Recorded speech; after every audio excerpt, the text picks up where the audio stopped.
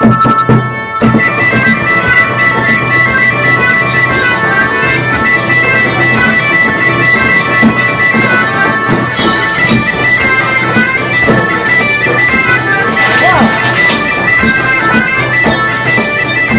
moi, la broderie, c'est une passion avant tout.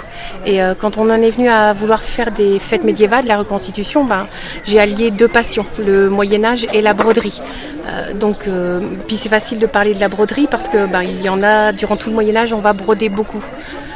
On brodera différents thèmes parce que la broderie c'est des modes. On passera d'un point à un autre et on associera les points. Mais c'est ça qui m'a plu surtout, de montrer que c'est pas grossier, que c'est des ouvrages fins, colorés, et puis qu'on aime ça, quoi. Enfin, broder tout pour différencier les vêtements, pour rendre beau. Et quelles sont vos sources d'inspiration en termes de motifs ou de techniques? Alors les techniques, on a quelques restes archéologiques, notamment des vêtements somptuaires, puisqu'on a très peu de vêtements, on va dire, de tous les jours, de personnes. On a des textes aussi qui nous parlent de vêtements brodés légués à des gens, mais là on n'a pas d'image, on va dire entre guillemets. Donc c'est des inspirations beaucoup. Par contre on a des restes comme Bayeux par exemple, où là du XIe siècle on a vraiment un magnifique reste avec une technique de point spécifique, qui sont très intéressants à étudier. Vous parliez de mode, est-ce que il y a eu des cycles particuliers dans ces modes? Oui, par exemple, notamment par exemple le point de Bayeux ne sera pratiquement plus reproduit après la période médiévale, parce que c'est un point qui est utilisé pour faire des grands aplats de couleurs. Et au XVIe siècle, on adore les toutes petites fleurs, donc ce point-là n'a plus aucune utilité. C'est pour ça il y a des points, et puis il y a des points qui sont utilisés plutôt dans certaines régions, on va dire, ou pays. Par contre, nous, c'est très délicat parce que la broderie, il y a tellement d'échanges au Moyen-Âge, de culture et de choses qu'on ne peut pas dire tel point est originaire de tel endroit plutôt qu'un autre. Donc on a des restes archéologiques qui nous parviennent, mais jusqu'aux prochaines fouilles, jusqu'au prochain reste, on ne peut pas être définitif dans dire tel point vient de tel pays, de telle époque. C'est pour ça que c'est très intéressant parce que ça bouge. Et vous parliez de l'importance des couleurs. Oui. Elles avaient un rôle spécifique, ces couleurs. Enfin, qu'est-ce que... Oui, parce que partout la couleur c'est la vie en fin de compte. C'est comme dans les églises, avant toutes les églises étaient très colorées et toutes les broderies sont très colorées. Après les couleurs sont choisies par les commanditaires des broderies. Donc après c'est un choix, puisqu'on peut reproduire pratiquement toutes les couleurs avec les teintures. Donc on va partir, on peut même aller jusqu'au jaune fluo avec le jaunet, suivant les intensités de pigments. Donc on peut faire ce que l'on veut. Donc c'est vraiment le choix d'une personne qui va choisir pour sa broderie, son aumônière, sa robe brodée, telle et telle couleur. Parce que le brodeur avant tout est un brodeur. Il ne dessine pas. Il ne fait pas le fil, il ne fournit pas les matières. Souvent d'ailleurs, les femmes brodeuses qui ont des ateliers sont mariées à des enlumineurs. Parce que l'enlumineur, c'est un dessinateur à la base. Ce dessin qui est là, voilà, c'est ça. L'enlumineur va dessiner et le brodeur va venir broder après. Voilà. C'est chacun son métier. De toute façon, tout est toujours compartimenté en métier. Et la brodeuse n'est pas dessinatrice du tout. Hein. Donc nous, on vient seulement apporter notre travail, la façon de faire, mais sur un dessin qui est reproduit, sur des toiles. De même que tous les fils que vous utilisez sont, même à l'époque, sont tissés, sont filés, sont teints par des teinturiers, sont filés par des fileuses. Chacun son métier. Corporation. Voilà, tout à fait. Un brodeur, c'est vraiment qu'un brodeur. Voilà, avec des techniques, avec des choses différentes, mais un brodeur. Et aujourd'hui, qu'est-ce que vous avez des thèmes de prédilection quand vous faites de la broderie? Moi, j'avoue que j'aime bien toutes ces broderies comme celle-ci, voilà, qu'on appelle maintenant la peinture à l'aiguille. Enfin, c'est des broderies très fines qui existaient déjà à l'époque, où on marie plusieurs points et qui rendent des choses très fines. Et vous voyez, avec des reproductions d'aiguilles médiévales qu'on retrouve. Pour nous inspirer, on regarde beaucoup les enluminures en fin de compte, pour les couleurs, pour les motifs, parce que malgré tout c'est une grande unité de motifs au Moyen-Âge, donc si on retrouve ça dans les enluminures, on peut penser qu'on retrouvait ça aussi sur les vêtements des gens de tous les jours. En matière, on va dire, il n'y a que la matière qui va changer. Si vous êtes riche, ce sera de la soie, du fil d'or, des pierres précieuses. Si vous êtes moins riche, ce sera du lin, du coton, de la laine. Mais voilà. Donc là, ça dépasse un petit peu les castes sociales. Oui. On retrouve aussi de la broderie chez les plus pauvres. Ben oui, parce que les femmes, on va dire, ont toujours eu envie de se démarquer, de faire quelque chose sur leurs vêtements d'un petit peu plus original. Il n'y a pas besoin d'avoir beaucoup d'argent pour pouvoir faire une petite frise de broderie sur quelque chose. Donc après, évidemment, si vous êtes plus riche, vous allez avoir des matériaux plus riches, mais peut-être avec exactement le même motif que la femme la plus pauvre. C'est juste la matière qui change, en fin de compte. Et aujourd'hui, qu'est-ce que vous faites plutôt des vêtements, plutôt des travaux sur commande? Là, nous... C'est juste dans un contexte de fête médiévale. Voilà. Nous, on s'est basé surtout sur de faire on va dire de l'évocation. Et on ne fait que de l'évocation des métiers. Donc moi, je fais des broderies, j'en fais des fois pour des amis, mais c'est pas mon véritable métier. Donc j'ai essayé de faire beaucoup de reproduire un peu toutes les techniques pour savoir de quoi je parle quand les gens me posent des questions. Après, moi, je touche un petit peu à tout, mais je ne fais pas des grands ouvrages, ça prendrait beaucoup trop de temps sur la même chose. Et ces outils qui sont présents là, vous êtes amené à les utiliser, enfin c'est en démonstration. Oui, voilà. Oui. Alors c'est l'ancêtre des ciseaux en fin de compte. Oui, c'est ça, vous avez des tailles différentes tout simplement pour l'usage que vous allez en faire, pour couper du fil, pas besoin d'en avoir un grand, mais pour couper des tissus. Alors c'est ce qu'on appelle une force. Vous voyez la forme et c'est très intéressant parce que qu'on soit droitier ou gaucher, voilà, on l'utilise indifféremment et c'est quelque chose qui vous fatigue beaucoup moins quand vous coupez parce que quand vous coupez longtemps, vous êtes fatigué ici au niveau des tendons. Tandis que la force, elle fait le mouvement le plus fatigant du ciseau, c'est-à-dire qu'elle s'ouvre toute seule. Alors ça a été encore utilisé beaucoup pour tondre les moutons aussi. C'est le même outil parce que vous l'utilisez comme ça et ça ne coupe pas. Donc pour les animaux, c'est quand même intéressant. Et les Anglais l'utilisent encore beaucoup, c'est pour les tailles des buis. Parce que c'est vrai que c'est moins fatigant d'avoir ce mouvement-là. Mais c'est amusant parce que ça fait partie des choses qui ont évolué même durant la période médiévale tout de suite en ciseaux. Il y a des choses, quand on regarde ça paraît... Enfin, quand on parle de broderie, on a une image de oui, il faut bien couper les tissus. Oui, c'est pour le tissu. Voilà. Mais vous avez les toutes petites comme ça pour pouvoir couper les fils. Mais dès le Moyen-Âge, dès le XIIIe, XIVe siècle, vous avez déjà la forme des ciseaux. Et ça fait partie des choses qui ont évolué et disparu. Parce que les forces, on ne les utilise plus en tant que ciseaux maintenant. Du tout. Donc c'est ça qui est amusant, c'est qu'il y a des choses qui vont rester et des choses qui disparaissent complètement. Donc nous, c'est un petit peu ce qui nous passionne parce que c'est un petit travail de recherche. Comme on parle de la vie de tous les jours, c'est intéressant de savoir avec quoi ils coupaient le fil, avec quoi ils cousaient, est-ce qu'ils avaient des dés, est-ce qu'ils avaient... c'est ça qui est... Et donc là, on a la panoplie des aiguilles. Là, vous avez des aiguilles qui sont en os, en arête de poisson aussi, tout à côté, celles qui sont plus foncées. Et des aiguilles déjà en métaux. C'est notamment des aiguilles comme ça que j'utilise moi pour broder, pour montrer aux gens bien qu'on pouvait broder finement avec des aiguilles comme ça. Oui. Ceci, on pouvait broder avec des Alors oui, mais on va surtout s'en servir dans des toiles très très lâches pour pouvoir nouer des sacs en jute ou des choses comme ça. Chaque aiguille, chaque grosseur a son utilité, on va dire. Voilà. Bien sûr, on broderait pas avec des grosses aiguilles en os comme ça dans la toile que je vous ai montrée, ça, c'est pas possible. Ça ferait des gros trous. Et ça, c'est des petits cocons de soie. Parce qu'il y a tellement d'échanges que c'est vrai qu'on a déjà la soie, on a déjà... puis la période médiévale s'étale sur 1000 ans. 1000 ans d'échanges, 1000 ans de choses comme ça. Donc c'est pour ça que c'est très intéressant de voir les matières, de voir les choses qui évoluent, qui bougent, les échanges qu'on peut avoir partout. Voilà. Vous avez un nom d'association Alors oui, nous, notre association, c'est Inulo Tempore, comme sur notre blason là. Ah oui. Voilà. Voilà. Les deux îles et le thé. Ça veut dire en ce temps-là. Très bien, merci infiniment je vous en prie. pour ce temps que vous avez consacré et puis au détour prie. d'une prochaine fête. Pourquoi pas, oui, merci en effet. Merci.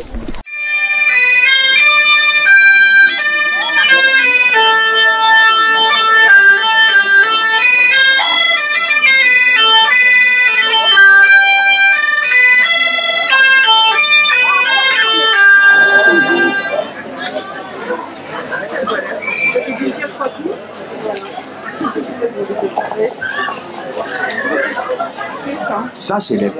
Non, ça c'est les moules. Je prends photo dans un musée pour chaque article comme ça. Je fais un moule avec tarte cuite. Je reproduis le design sur le tarte cuite. Je chauffe le vaisselle à 650 à 800 degrés, je le coule. Il sort comme ça. Ah, c'est des moules à bijoux, pardon. Après ça... Ah, c'était un canon... Non, c'est un moule Maya ou un... Non, c'est C'était un bouclier, moi. Non, un moule à bijoux, ça. On a bien fait de poser la question. Mais vous savez que les lilas, par exemple, en France, l'origine des lilas, la plante, la fleur. Le lilas, Oui. Vous savez, ça vient de où? Sanskrit, non? Non, c'est les lilas lui-même, la plante. C'était les meilleurs amis de François Ier. Ouais. C'était seulement le Magnifique. C'est lui qui avait intervenu chez Kent pour le libérer. Ah, Et d'accord. c'est le seulement le Magnifique qui lui avait donné comme cadeau les fleurs. Le premier pied qui était donné à François Ier par seulement le Magnifique. On a mis c'est le palais. Hein. Là, ce sont entrés dans la cône dehors. Et là, c'est le Constantinople, entrée de Constantinople. Vous voyez les icônes, la raison d'avoir les icônes, parce que quand il est entré en Istanbul, Constantinople, les Byzantins étaient cachés dans la cathédrale Sainte-Sophie, basilique. Donc il a dit, je vous ferai pas mal parce que vous êtes dans la maison de Dieu. Et là, il a transformé la cathédrale en mosquée. C'est pour ça que c'est le seul édifice au monde qui est protégé par l'UNESCO d'ailleurs, qui représente les deux religions. Et les icônes que vous voyez là, ça se trouve dans le Saint-Sophie. Bah, ça c'est les photos, à partir des photos, fais un moule avec ta cuite, chauffe le métal à 650 à 800 degrés, coule le métal, ça vibre doucement, il y a des petits canons comme ça sort, couper, et puis après travailler. Et qu'est-ce qui fait que ça a cette forme un peu de cadran solaire? Non, ça n'a rien à voir, c'est de prendre le machine que je mets dedans, c'est rond comme ça, donc je suis obligé de faire un moule avec la cuite dans cette forme-là. La semaine dernière, j'étais à La Home, dans la Nord, Picardie. Avant, j'étais à Nogent-le-Rotrou. Avant ça, j'étais à Orléans. Là, c'est la prochaine, je pars à la Fougère. Je vais via Rouen, je vais à Colmar-les-Alpes, je vais à Bar-le-Duc.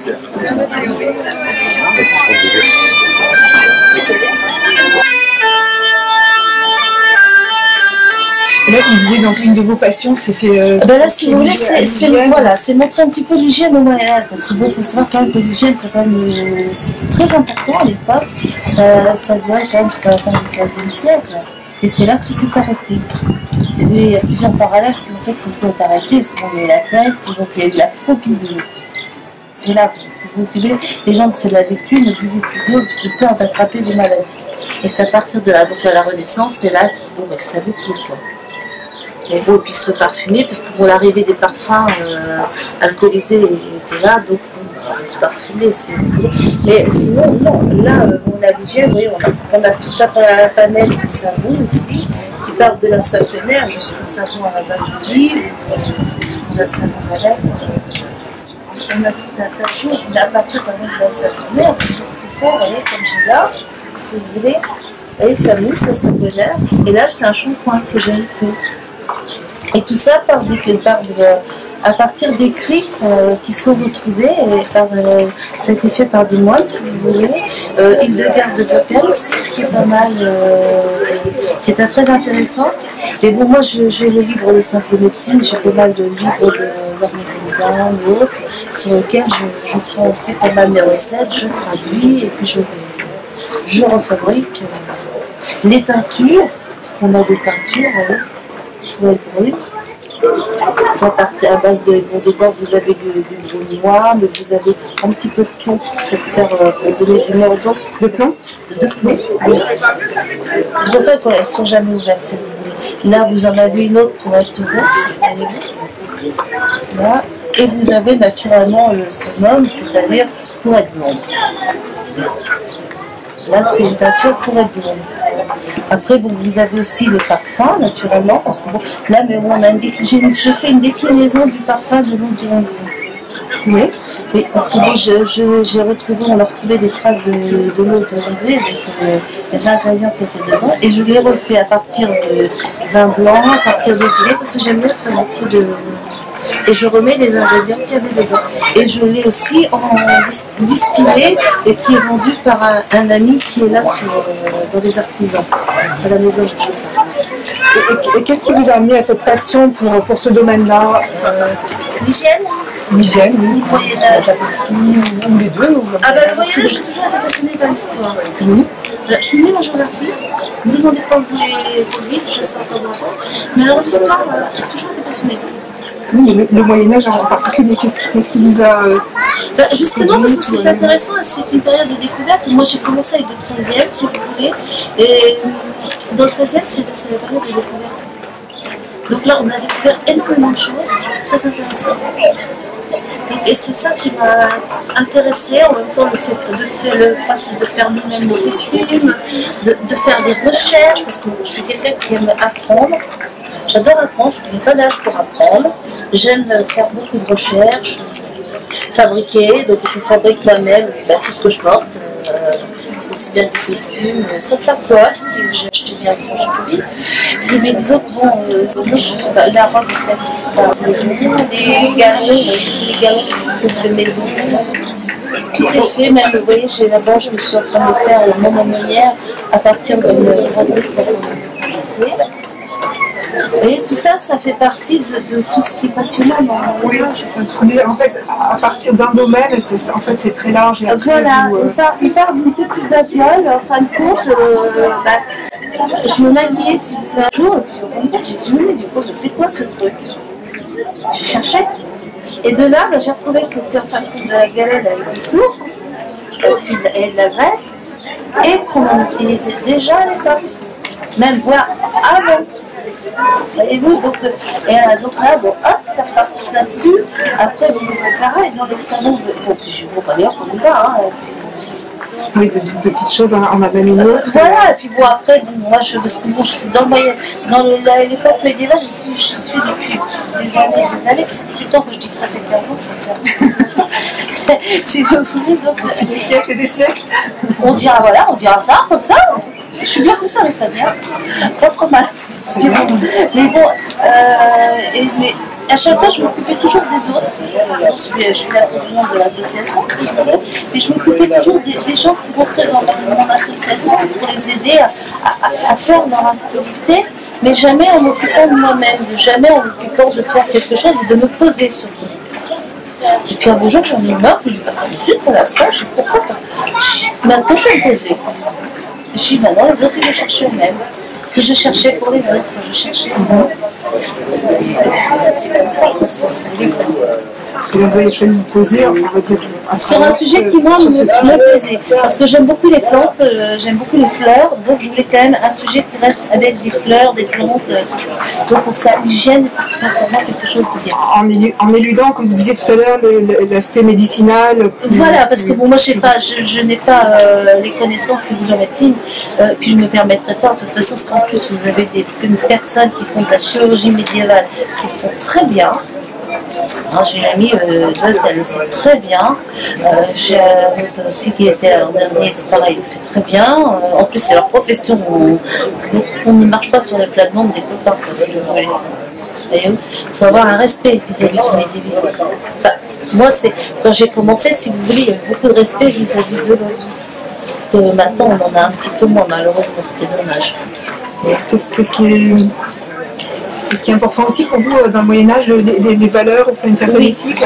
Tout à fait. Il faut avoir une certaine valeur, il faut savoir partager ses connaissances, il faut savoir pouvoir tenir une personne, essayer d'expliquer aux gens. Là, bon, je suis restée pendant 2 heures tout à l'heure avec un monsieur qui est instituteur, qui je ne savais pas, qui m'a posé énormément de questions auxquelles j'ai répondu, puis qui à la fin m'a dit moi je suis instituteur et enfin c'est vrai ce que vous dites. Je suis même tombée des fois sur des personnes, des historiens, même des médecins. On ne sait pas ce qu'ils nous rencontrent dans le public, on ne peut pas se permettre de dire n'importe quoi. Vous avez une personne en face de vous, bon, elle vous pose des questions qui bêtes, enfin, sur lesquelles, si vous répondez à côté, voilà. Et quand vous la personne après vous dit ah ben c'est bon, c'est bien ce que vous avez dit parce que finalement c'est ce que je fais. Moi je suis historien, je suis à fond dedans et ce que vous dites. Bon bah la semaine dernière on a fait le domaine de Villarceau. C'est pareil avec le conservateur, ça passe très bien parce que bon on est assez. On essaye des fois, je dirais pas que je suis parfaite parce que personne n'est parfait. Et j'ai pas la prétention d'être parfaite. Oui, et puis il y a peut-être plus l'esprit que le. Enfin, même si vous essayez, j'ai bien compris d'être dans une démarche d'authenticité. Voilà. Ce qui est important, c'est. Mais disons qu'il y a encore certainement des imperfections. Personne n'est parfait, enfin moi j'en connais pas, moi la première. Hein. Mais disons qu'on essaye de se rapprocher au plus près de la vérité. Il faut déjà avoir fait un bout dans le temps pour pouvoir dire c'est comme ça, chose qu'on ne fait pas. Et c'est ça qui me... Mais bon, c'est partager ça avec des gens intéressés et qui sont intéressants en même temps. Parce que des fois on apprend aussi du public. Oui, tout à fait. Ah oui, moi, des fois j'apprends des choses avec des personnes. C'est vrai, c'est pas toujours donné de... C'est pas un sens unique, hein. Voilà. Un échange, comme vous disiez, partage. Voilà, moi quelqu'un qui va savoir quelque chose de mieux que moi, je vais l'écouter. Parce que pour moi, ça n'est qu'intéressant. Oui, le monsieur de tout à l'heure m'a parlé d'un livre, bon, il va m'envoyer les références, parce que c'est quelque chose qu'il m'a dit, dedans, je suis sûre, il me dit, vous allez retrouver d'autres choses. Eh ben, j'ai envie. Et je vais repartir sur, là, je vais rebondir sur autre chose, en restant sur mon domaine. Et vous avez un nom particulier qui accompagne ce domaine? Non, pas spécialement. Non, parce que je ne peux pas me revendiquer comme chirurgien, parce que déjà d'une, je suis une femme. Et les chirurgiens étaient des hommes. Les femmes ne s'occupaient que des naissances. Vous voyez, c'est une histoire de femme. La naissance au Moyen-Âge est une histoire de femme. Donc, mais bon, je ne peux pas me revendiquer sur quelque chose comme ça.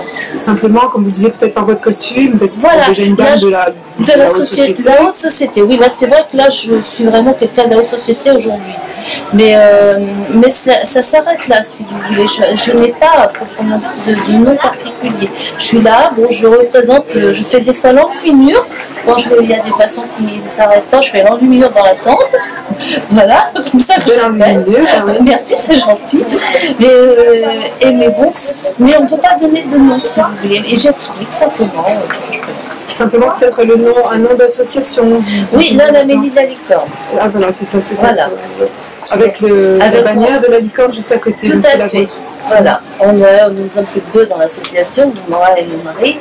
Mon fils, des fois, qui nous rejoint de temps en temps, qui est hospitalier. Mon mari est un pèlerin hostel.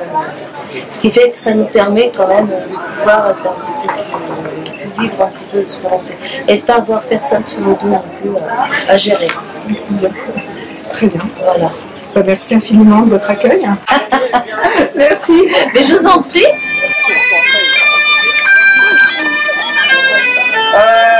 Une corbeille comme ça, je sais pas, il faut compter 6 heures, 5-6 heures. Ah ouais. Ah oui, quand même. Ah ben c'est fait complètement, quoi. Hein, c'est-à-dire qu'on part vraiment du début et puis voilà, jusqu'au bout. On arrive par le centre. Oui. Ah, ça c'est intéressant. On commence par le centre, je sais pas si j'en avais un. Oui, on voit un petit peu cette base-là. Voilà, celui-là.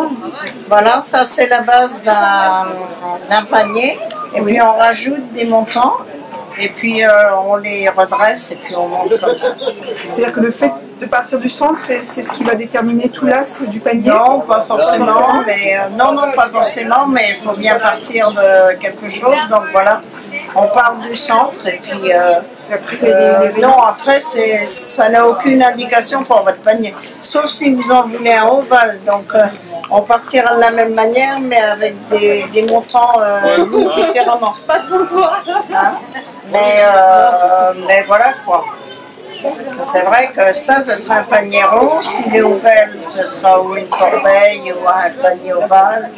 On fait aussi des paniers carrés, rectangulaires. Et vous partez du centre aussi quand ils sont carrés? Tout à fait. C'est une technique qui vous est propre ou c'est non, c'est la technique de vannerie traditionnelle? Oui, tout à fait. Tout à fait.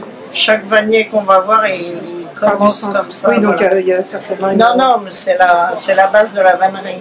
Ce bâton, qu'est-ce qu'il... Alors, on est parti de ce qu'on appelle des cornes d'antilope. Alors là, j'étais partie avec des grands morceaux d'osier, puisqu'ils vont jusqu'en haut. Hein. Et puis j'en ai fait plusieurs, et puis comme on ne savait pas trop quoi en faire, voilà, on les a tournicotés autour du bâton, et puis voilà quoi. C'est une décoration. Oui, tout à fait. Oui. C'est une décoration, hein. Ça n'a aucune utilité précise.